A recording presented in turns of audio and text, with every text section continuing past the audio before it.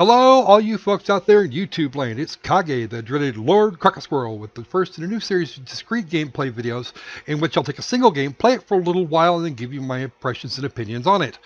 Because it's just me talking to the mic, it's going to be a lot shorter than my usual material. Games I cover in this series may or may not end up on the weekly games roundup.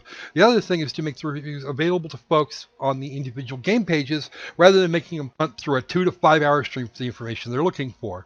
For the first while and a half, there'll be a number of games the crew and I have already covered being redone in this format, as well as new material coming down the pipeline. Today we have a game provided to me by developer RetroRevolution, a Megaman-style thing called Metagal. They claim that they were inspired by Megaman, and it shows very clearly.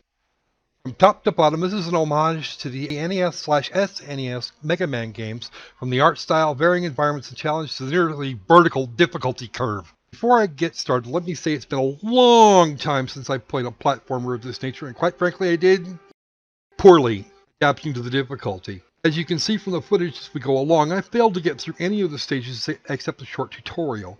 Admittedly, it's a matter of learning the patterns of the game, which I could do with enough practice. Picking it up for the first time is going to prove frustrating for those that aren't heavily practiced to fast-paced platforming. Of course, that's this game's greatest strength, the uncanny ability of the game to make you react before you can think things through. If you don't have the lightning-quick reflexes, an eye for detail, or lots of muscle memory from repeated dying, this game is going to drive you insane for the first while and a half. The controls seem a little loose to me, but then I had the same complaint about the original Mega Man game as a teenager, so your mileage may vary.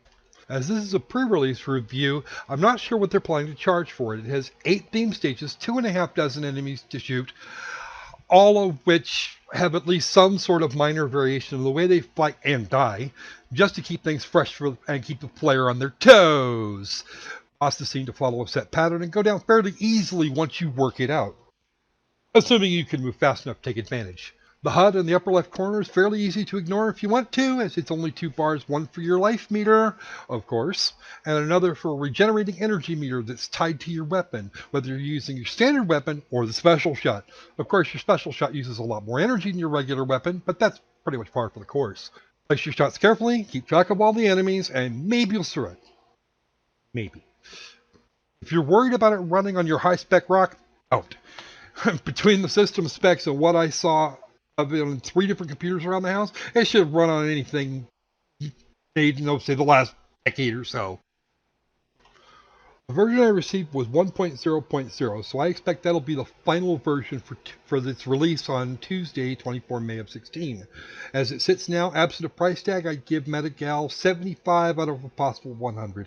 It's their first game, and as such, it gets a bit of a tweak upwards, because it has all the hallmarks of the game that's been designed rather than just shoved together in a week. If you like Mega Man, you'll like this. I enjoyed what I played of it, and I'll probably go back to it later and see if I can't get through the difficulty wall.